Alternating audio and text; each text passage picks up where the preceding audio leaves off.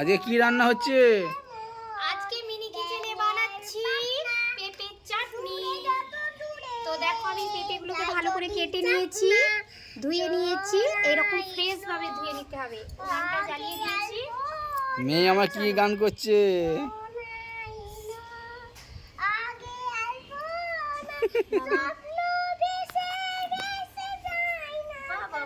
তো মাম্মি আমার গান স্টার্ট করে দিয়েছে।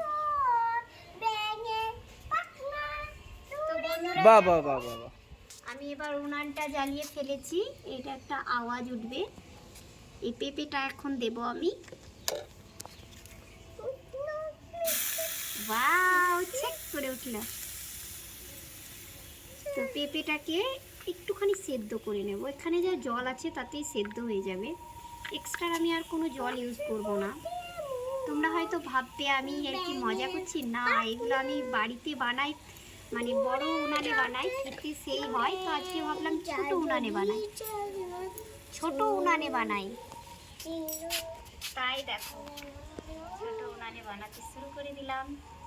এখন পেঁপেটা সেদ্ধ হতে দেব।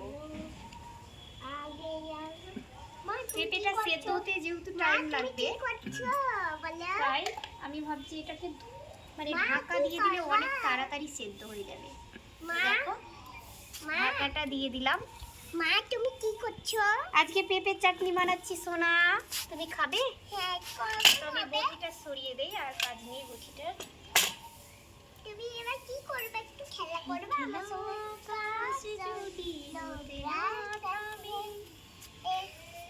কি গান করছি আমি নিজেও জানি না। মেয়ের সঙ্গে সঙ্গে মিলাচ্ছি।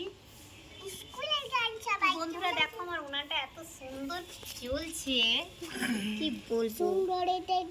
আর এই দেখো ফুটতে শুরু করেছে, ছাই ছাই ছাই ছাই করে। দেখো ফুটছে।